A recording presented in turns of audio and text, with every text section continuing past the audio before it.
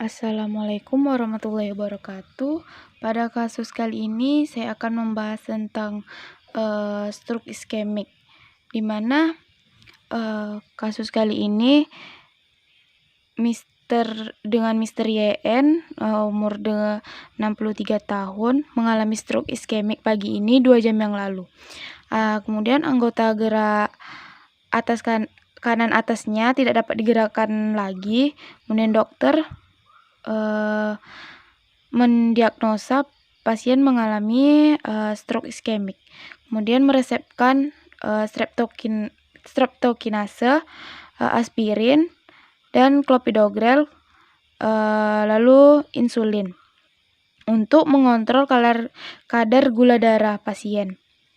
Jadi di sini ada hasil labnya, total kolesterol 320 mg per dl, trigliserida 260 mg per dl, LDL-nya 160 mg per dl, HDL-nya 55 mg per dl, GDS-nya 400 mg per dl, HbA1c 10,1%. Jadi sebelum masuk ke metode SOAP, di sini saya akan mengidentifikasi identitas pasien dengan jenis kelamin perempuan, tanggal masuknya tidak ada, usianya 63 tahun. Kemudian keluhan utama anggota gerak atas kanannya tidak dapat digerakkan lagi. Riwayat penyakit sekarang pasien didiagnosa stroke iskemik dan DM. Riwayat penyakit keluarga tidak ada, riwayat sosial dan kebiasaan juga tidak ada, riwayat pengobatan juga tidak ada. Dari hasil pemeriksaan fisik, suhu tubuh pasien 37,6 Celcius, denyut nadi 72 kali per menit, laju nafas 18 kali per menit, tinggi badan juga tidak ada, berat badan tidak ada. Kemudian hasil pemeriksaan penunjangnya itu ada CT scan. Untuk pengobatan yang diterima atau yang diresepkan, streptokinase infus 1 kali sehari, insulin intravenanya 1 kali 1 hari, aspirin 1 kali sehari, clopidogrel juga 1 kali sehari. Selanjutnya di sini ada identifikasi masalah menggunakan klasifikasi DRP menggunakan metode SOAP. Di terapi SOAP ini problematik medik atau penyakit yang diderita pasien dengan DM, diagnosa dokter pasien mengalami stroke iskemik. Kemudian keluhan dari pasien, anggota gerak atas kanannya tidak dapat digerakkan lagi semenjak 2 jam yang lalu. Objeknya atau hasil lab, gula darah sewaktu pasien 400 mg per dl, HbA1c-nya 10,1%. Kemudian pasien diresepkan streptokinase infus, aspirin, clopidogrel, dan insulin. DRP-nya ADR potensial PCNE P.2.1. Kenapa saya mengatakan itu? Karena dari efek samping clopidogrel dan aspirin ini dapat merugikan pasien jika digunakan dalam jangka panjang, yaitu dapat menyebabkan perdarahan gastrointestinal.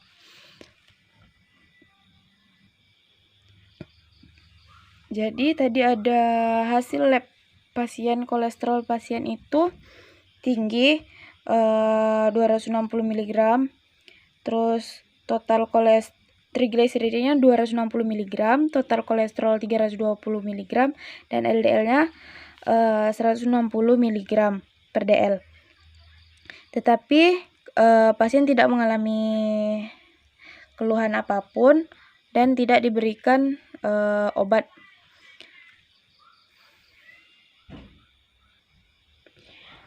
Di sini ada rencana penyelesaian masalah terkait penyakit pasien. Tujuan terapi dari ini diharapkan terapi yang diberikan dapat menimbulkan efek yang diinginkan dan anggota gerak dapat digerakkan kembali.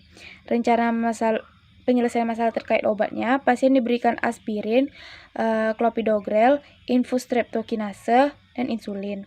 Rencana monitoring terapi, anggota gerak dapat digerakkan kembali. Rencana edukasi pasien, bagaimana cara penggunaan obat tersebut, kemudian memonitoring efek samping obat tersebut. Di sini ada referensi yang saya dapatkan, ada 6. Di sini di tabel 2 ada tabel pengkajian obat aspirin dengan regimen dosis yang diresepkan oleh dokter 100 mg rute oral, frekuensi pemberian kurang lebih 24 jam. Untuk berdasarkan literatur yang saya dapat, dosisnya 100 mg rute oral, frekuensinya sama 24 jam, kurang lebih 24 jam. Di sini indikasi terapinya dapat menurunkan resiko stroke berulang dari stroke iskemik tersebut. Kemudian tanggal dimulainya terapinya tidak ada. Durasi terapi 24 jam. Efek samping obat dapat menyebabkan perdarahan gastrointestinal jika digunakan dalam jangka panjang.